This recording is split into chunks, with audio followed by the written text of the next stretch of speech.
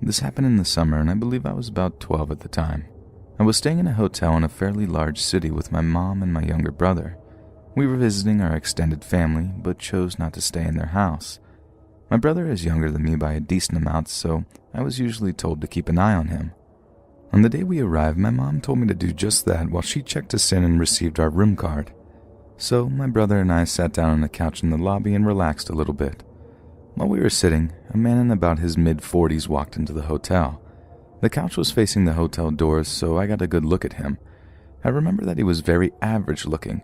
Describing his features and details could generate several different images. The guy comes in and sits on the couch opposite ours. I didn't think anything of it until I realized that he didn't go up to the counter first. He just came in and sat down. It made me feel a little uncomfortable. I thought that he might have followed us in. Thankfully, my mom called us over and told us that our room was ready. We left the lobby and went to our room. Shortly after, we left the hotel to go meet family. I forgot about the man for the rest of the day. We returned at about 7, and my mom told us that we could go swimming in the hotel pool. We all went to our rooms, changed, and went to the pool. A few minutes after we got into the water, the same man from before walked in and sat down. He was wearing jeans and a sweater, so he definitely wasn't going swimming. Again, we didn't think much of it, until I could see that my mom was visibly worried. She pointed him out to me and said that if he didn't leave within 5 minutes, we needed to go back to our rooms. 5 minutes passed and he was still there, so we got our things and left. By then, it was close to 8. We had brought a rented movie to watch, so we planned to watch that and go straight to bed. I noticed that my mom was a little on edge because of the man watching us, and I got a little more worried myself too. Halfway through the movie, my mom got up to get in the shower.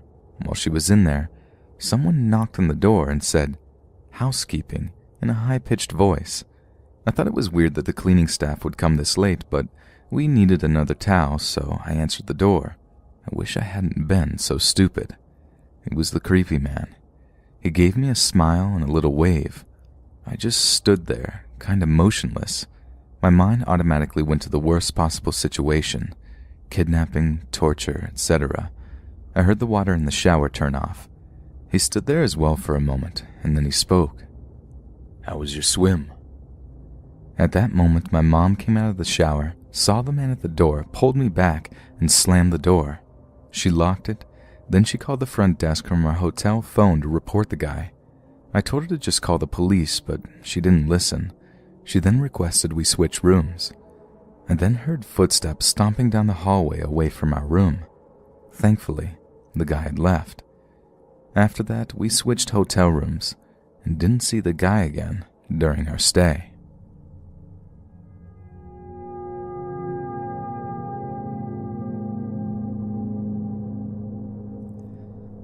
A while ago, I was staying in an upscale hotel in the safe area of a large Midwestern city. I'm a 16-year-old female, and I was in a room all by myself, with my parents a few doors down. In theory, this isn't unsafe by any means, but I had bad luck on this particular trip. Our first night there passed without incident, me in my room, my parents in theirs. I watched a pay-per-view movie and ate way too much from the snack bar. I didn't have any reason to feel unsafe. The next morning, we did the usual tourist stuff that one does when visiting a new city. As we ate breakfast in the hotel restaurant, I noticed a man who looked to be in his 60s staring at me for an abnormally long amount of time. I won't lie. As a young, decently attractive female, I'm used to getting the occasional inappropriate look from a guy, so I ignored it and chalked it up to him either being a perv or thinking I looked like his granddaughter or something. The next night, my parents allowed me to meet up with a friend for dinner who lived in the area. He met me in the hotel lobby, and we had a nice dinner and then went back to the hotel for drinks. Yes, I know I'm underage. Coincidentally, the same man who had been eyeing me earlier was at the bar. This time, I knew I didn't remind him of his granddaughter. Even with my buff guy friend next to me, his eyes traced every curve of my body. I felt unsettled and mentioned it to my friend, Ethan, who glanced over and also seemed really weirded out by how obvious this guy was leering. We left the bar quickly, and by now it was around 12:30 a.m. Ethan walked me to the elevators of the hotel, and once I pushed the button, left. I wish I would have asked him to stay, because no sooner had he walked away that my creeper came rolling around the corner and stood there waiting with me for the elevator. I felt so uncomfortable knowing that he would be seeing what floor I was going to, but it hadn't occurred to me to get off on a different floor at the time, and even if it did, he planned on following me, so it would have been just as bad a move. When we were in the elevator together, I tried to keep my eyes averted from his, but they literally bore into my body. He kept trying to step closer, and I kept backing up, too scared to even speak. What freaked me out even more was that he hadn't pressed a separate elevator button, so he planned on getting off when I did. When I got to my floor, I almost ran to my room, and the guy just stood at the end of the hallway, waiting to see where I was going. I stayed in my room for 15 minutes until I was sure he was gone before I told my parents what had happened. They were freaked out and told the hotel staff, but there was no sign of the guy, and it was really late, so I just locked my door and tried to get some sleep. I had almost drifted off when I heard a knock at my door. Now, I'm not an idiot. I didn't just go and open the door at nearly 2 a.m. Instead, I turned on a light and froze. At this point, my intuition had kicked in and I knew it was the guy. I was near tears, but the knocking kept continuing, harder and harder, so I finally shouted and asked who it was. The voice that replied to me was the most chilling thing I had ever heard, high-pitched but growly, almost giggly, so disturbing I can barely describe it. "It's hotel staff. Please let me in." I was terrified. A look through the peephole confirmed that it was the same creepy old guy. I locked myself in the bathroom and called my dad's phone. He has a habit of always keeping his ringer on, so he answered me almost immediately, and I tried to tell him what was wrong through my tears. The guy from before, I managed, is at my door. And what happened next gives me nightmares. My dad naturally went into superhero mode and opened his door to find the old man in just a robe, masturbating. It's pretty obvious to piece together what he was planning, and I still dream about it and have severe PTSD from it. My dad slugged the dude in the face and made sure he didn't move an inch while my mom called hotel security. We pressed charges, and the guy is in prison now on what I think are assault with intent to force himself upon me.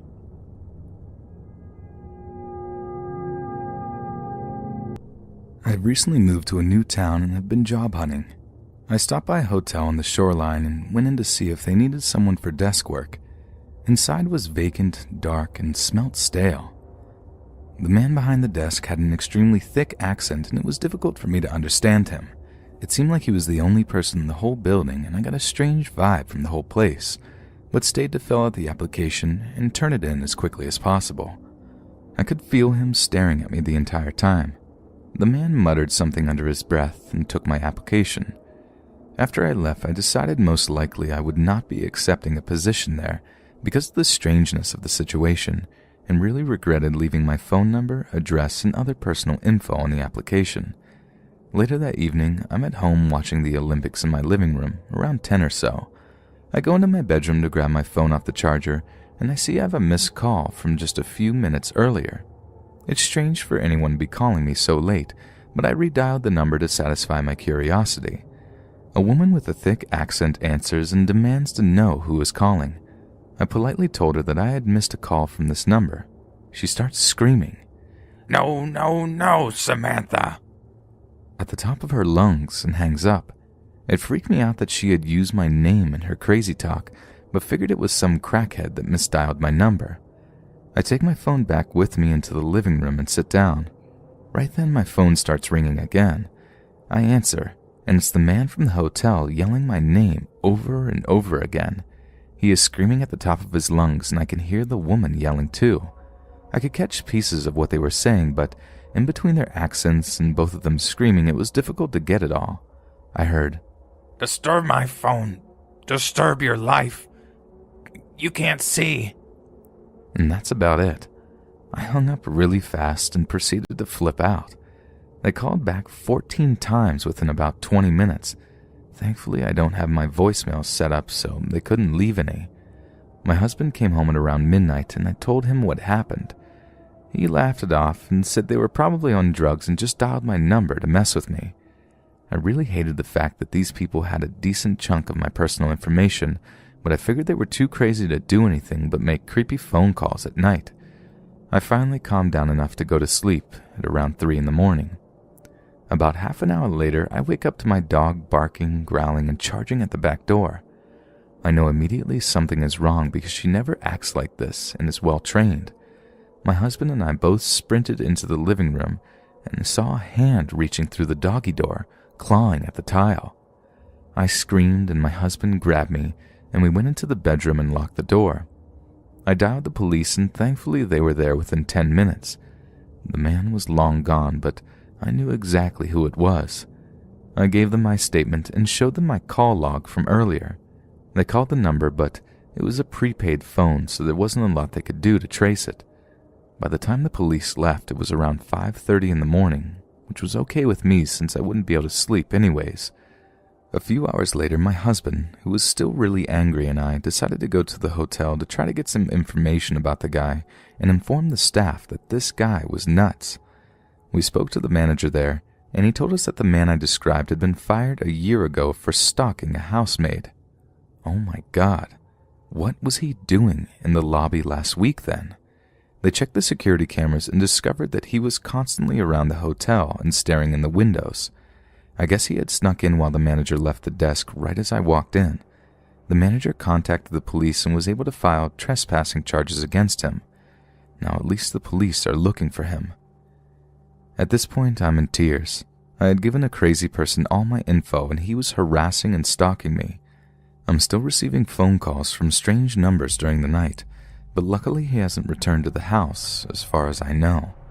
I contacted my references I had used on my application to let them know what was going on. Apparently, my old boss was left a voicemail at around 2 in the morning on Monday of heavy breathing and some strange moaning noises.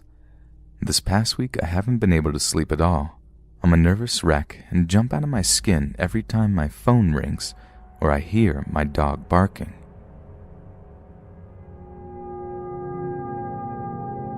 So I get a message on a dating site from a girl. Not my type, but I check the message out. Hey, you're super hot. Want to come over to my hotel room? I was flattered, but definitely was not interested. However, she might be a good person, so I messaged her back. Not really looking for that, but I'm down to chat. No, I really want you to come over.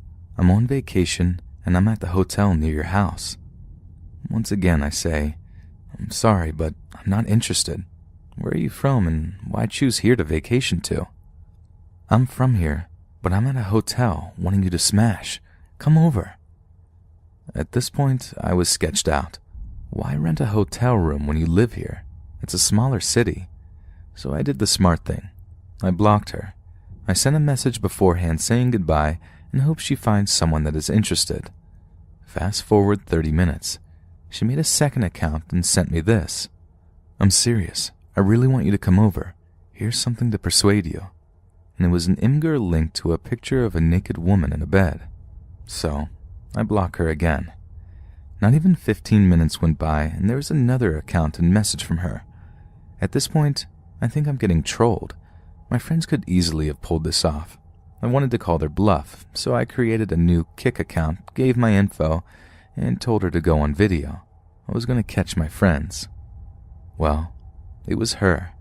She quickly went into doing things trying to persuade me. I deleted the Kik and avoided it. Deleted my dating account. Was completely sketched out. About 2 months later, I reactivated it one lonely night. About a day later, I get a message from her saying that she saw me riding my bike downtown a few weeks ago. She described what I was wearing. I had enough. I told her I could take this to the police for harassment. I actually didn't know if I had a good case, but I wanted to scare her away. It worked. Hadn't heard a peep since. I'd never been more grateful to think with my brain instead of my other head.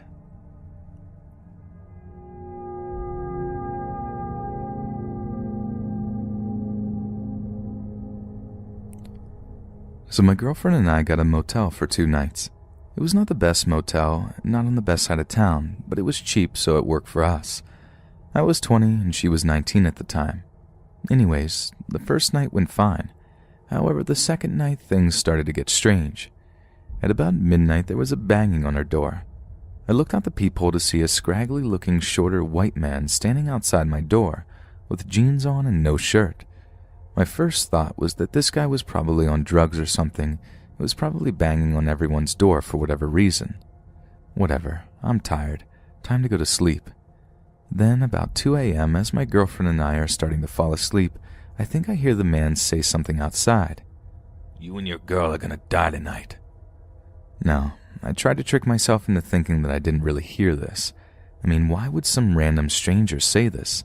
How did he even know I had a girl in the room? Had he been watching us earlier? All these thoughts are going through my mind while my girlfriend is asleep. Her name is Jane. I don't want to disturb her, but at this point, I'm feeling pretty nervous, so I nudge her awake. I say quietly, "I think that guy is still outside." She is half asleep and thinks I'm being paranoid. He begins to knock on her door again. Alarmed, we get up to look through the peephole. This time he is standing in front of our door, but looking the opposite direction with his hands behind his back, almost militaristically. I begin calling the police from the motel phone. Jane thought I was overreacting, but I was too afraid not to call.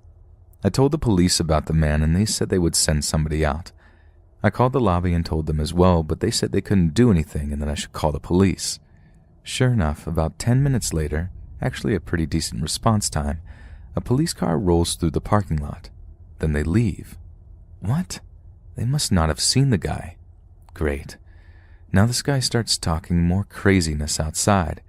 He says stuff along the lines of, "Man, you called the cops? You're just a freaking baby. I'm gonna beat you to death."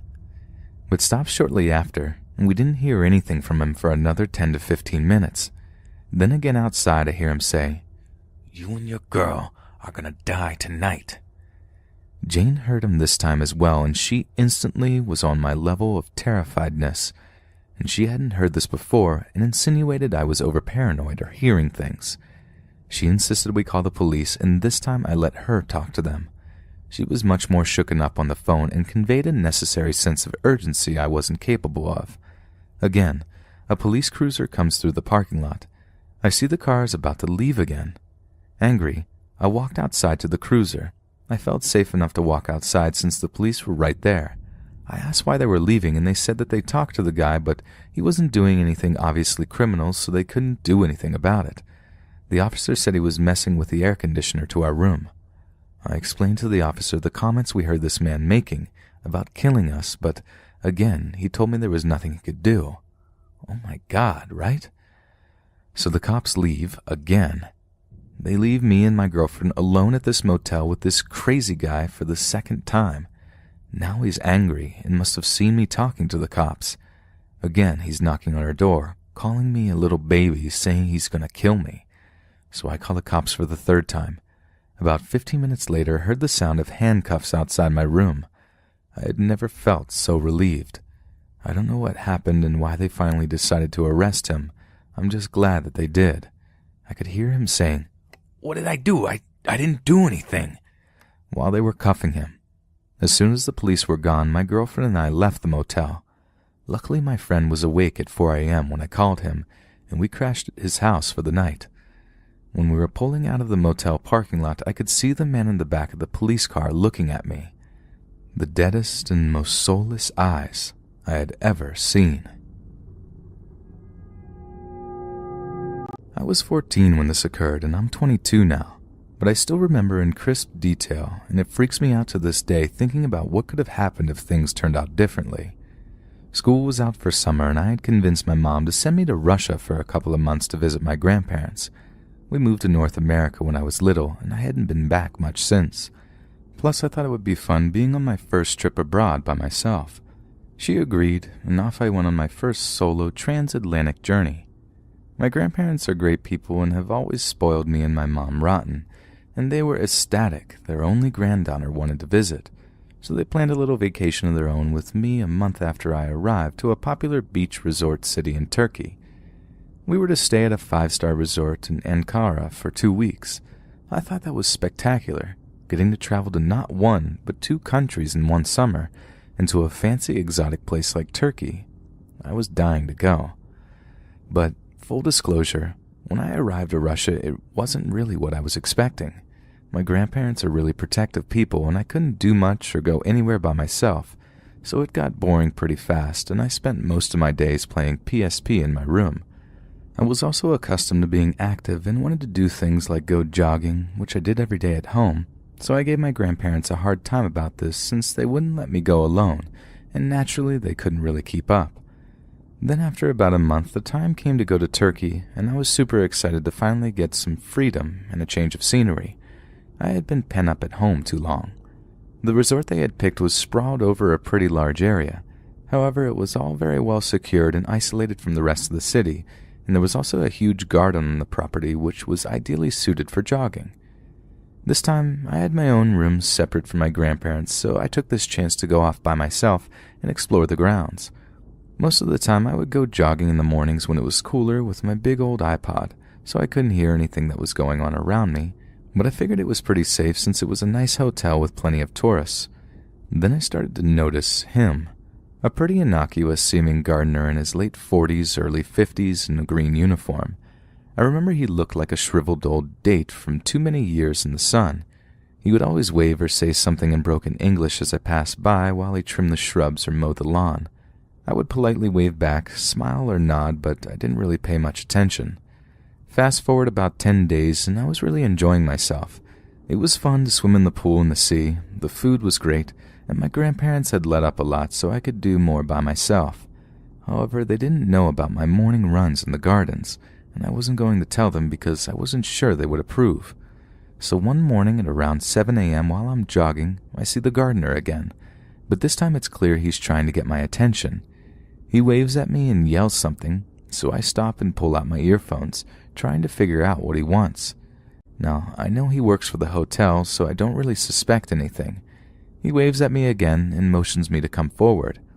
I'm confused, but I figured he wants to tell me something, so I politely approach. He's standing at a trail that goes deeper into the gardens and foliage. He's smiling and gesturing, and I can see he's holding something in his hand. "Rosa," he says. "Beautiful Rosa."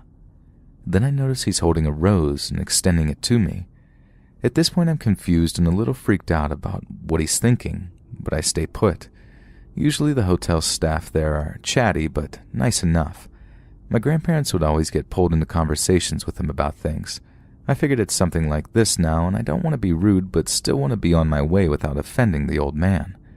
He hands the flower to me and I take it, thinking maybe he wants to show me some roses that are in bloom, but he keeps waving and gesturing, like he wants me to follow him, and stupidly I walk closer. He has another flower in his hand, and he backs away more. Then suddenly he stops and starts to lower it a little. That's when I notice he's holding his other hand behind his back too, and he's holding something. I look ahead up the trail and see a little cabin-type thing where I assume they keep their gardening supplies. Something clicks in my head then, and I instantly back away. He sees me do that and tries to smile, saying, "Rosa," again, and moves the hand he's holding behind his back while lurching toward me. That's when I see he's holding some kind of rag.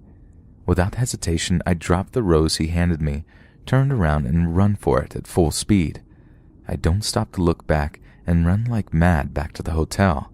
It's not until the doors close behind me and I'm among other people that I look back and see if he's followed me. I don't see him anymore and my heart is beating like crazy. I go back to my hotel and wait for my grandparents to wake up. I never told them any of what happened that day and spent the rest of my vacation glued to their side. I thought that if I'd said anything, they would get even more paranoid about my safety and blame me for wandering off on my own. Also, I didn't want to ruin the remaining days for them. I saw the gardener once more on the beach. I remember him talking to a security guard. I remember growing very uncomfortable and sinking into my sun chair when I saw him. Then he looked at me and smiled. I scowled at him as he mouthed the word Rosa tauntingly and smiled again. I still remember the anger bubbling in my stomach and how much I wanted to cleave his face in, but I just froze and stared. He walked away and I went back to pretending nothing ever happened. Needless to say, I never went on any more morning jogs, and neither did I want to until long after the summer had ended and I'd returned back home.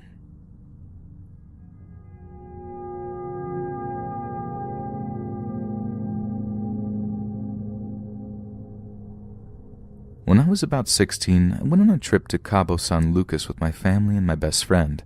My friend and I had a hotel room to ourselves for the trip, something I was naturally excited about. One afternoon, I was getting on the elevator and a security guard got on with me. As the elevator rose, he looked at me and said, "Excuse me, were you wearing a green skirt on the beach the other day?" Yes, why?" I replied. I was already reflexively creeped out at the mention of a miniskirt I had worn a few days prior. "Oh, nothing. I just really liked it a lot." When I got out of the elevator, he got off on the same floor and was walking past as I took out my keycard to unlock the door to my room. At 4 a.m. that morning, I woke up with a startle, only to register that there was a man standing silently at the foot of my bed, a man in a security guard uniform, the one from the elevator. As he saw me wake up, he stammered something about my door not being locked properly and ran out of the room. I was still groggy with sleep and didn't fully register what had just happened. A moment after he ran out, I became aware I was lying on my back with covers around my ankles. I sleep nude, but never kick my covers off in my sleep as I was always cold and the AC was on full blast as well. I'm also a very deep sleeper, so someone standing at my bed alone would never stir me. I'm pretty sure him pulling the covers back, causing me to get cold, is what woke me. I am scared to think what could have happened had my friend not been fast asleep in the next bed. Unfortunately, as I was creeped out in the elevator and had avoided making eye contact or looking at his face, and as it was so dark I couldn't have identified him in the room, I never bothered to report it to the hotel.